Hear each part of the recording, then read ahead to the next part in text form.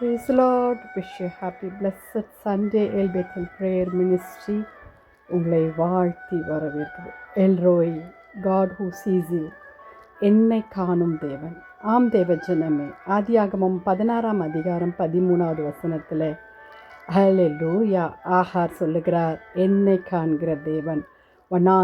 வனாந்திரத்திலே தனிமையில் விடப்பட்ட அவளை ஆண்டவர் கண்டார். அவளை பார்க்க யாருமே இல்லைன்னு அவள் நினச்சிருக்கலாம். ஆனால் அவங்கள ஆண்டவர் பார்த்தார். தேவ ஜனமே, நம்மையும் ஆண்டவர் பார்த்து சொல்லுகிறார், நான் உன் கண்ணீரை கண்டேன். ஹல்லே லூயா எல் ரோஹி, ஹல்லே லூயா, ஹல்லே லூயா. நம் ஜீவனுள்ள தேவன் நம்மை காண்கிறார், நம் ஜபத்தை கேட்கிறார்.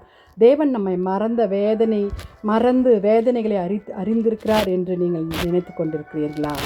தேவன் எல்லாவற்றையும் அறிகிற தேவனாக இருக்கிறார்.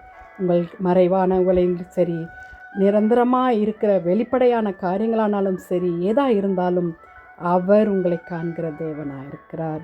மனுஷர்கள் காண்கிற விதம் அல்ல. தேவ ஜனமே, நீங்கள் மேபி அன்வான்டாக இருக்கலாம், தனிமையில் இருக்கலாம், எல்லாராலும் மறக்கப்பட்டு இருக்கலாம், வனாந்திர வாழ்க்கையாக இருக்கலாம். ஆனால் கர்த்தர் நம்மை காண்கிற தேவனாக இருக்கிறார். வாலிப பிள்ளைகளே, ஹல்லே லூயா. யாருமே என்னை கண்டுக்கல, யாருமே என்னை கேட்கல. ஆகார் ஒரு ராஜாவோ ராஜாத்தியோ இல்லை ராஜாவுடைய மனைவியோ அல்ல. ஆனாலும் அவள் ஃபேமஸான ஆள் அல்ல. ஆனாலும் அவள் ஆண்டவருடைய பிள்ளையாக இருக்கிறனால ஆண்டவர் அவரை காண்கிறார். ஹல்லே லூயா. தேவ ஜனமே, தேவ வாலிப பிள்ளைகளே, உங்கள் வனாந்திர வாழ்க்கையில் ஆண்டவர் உங்கள் கண்ணீரை காண்கிறார். கர்த்தர் தூரமாக இல்லைப்பா. ஆண்டவர் உங்கள் கண்ணீரை காண்கிறார். ஹல்லே லூயா. பர்சனலாக அவர் உங்களுக்கு சொல்கிறாரு. மனுஷர்கள் உங்களுக்கு பர்சனலாக சொல்லலாம், ஆனாலும் எவ்வளோ தூரம் சொல்லுவாங்க. ஆனால் நம்மை சமாதானப்படுத்துகிற தேவன், நம் கண்ணீரை காண்கிற தேவன் அவர் ஒருவரே. நம்மளுடைய அங்கலாய்ப்புகளை அறிந்த தேவன் அவர் ஒருவரே.